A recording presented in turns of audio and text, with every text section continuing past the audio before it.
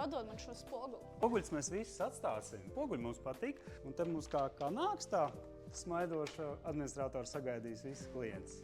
Vai administrators? Mēs taču runājām. Būs varbūt administrators. Kaut gan klienti no manīm pat mūst. Viņi, ka ierauga vīrieti, viņi tā, un apstājās. Kā vīrietis? Kā domā, kāpēc tā ir? Nezinu, pieraduši, tāpēc, ka nekur nekad nav bijis, kad solārijā būtu vīrietis. Nādziņus es gan neesmu sastaps, ka liek vīrietis.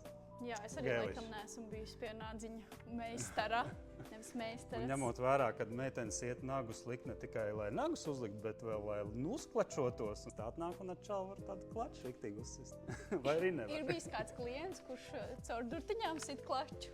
Ir tādi kautrīgi latvieši, kurš tā tik pabāždāk un pajautā. Arī tautieši, kuriem temperaments tāds, ka viņš pa visu studiju nobļausies un uzdos savu jautājumu tā, ka visi dzirdēs. Mēs esam paredzējuši, kad varbūt Marija veiks arī spreitenu procedūras piedāvās. Ne tikai automātiskā kabīnē, kā ir dominā, bet mums šeit ir viena telpa speciāli domāta, kur būs duša, un blakus spreitena tāda kā telpiņa, kur Marija varēs nosprejot ar pati.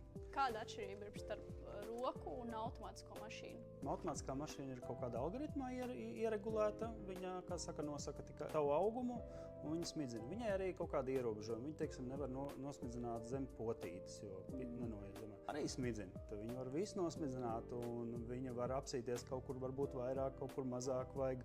Viņa var uzreiz redzēt, ja teiksim, slikt tādu uzsūc vai kā tur tik daudz neuzpūst, lai nesāk tecēt. Un rokdarbs ir roku darbs. Izklausās labi, gribēšu pamēģināt nākotnē.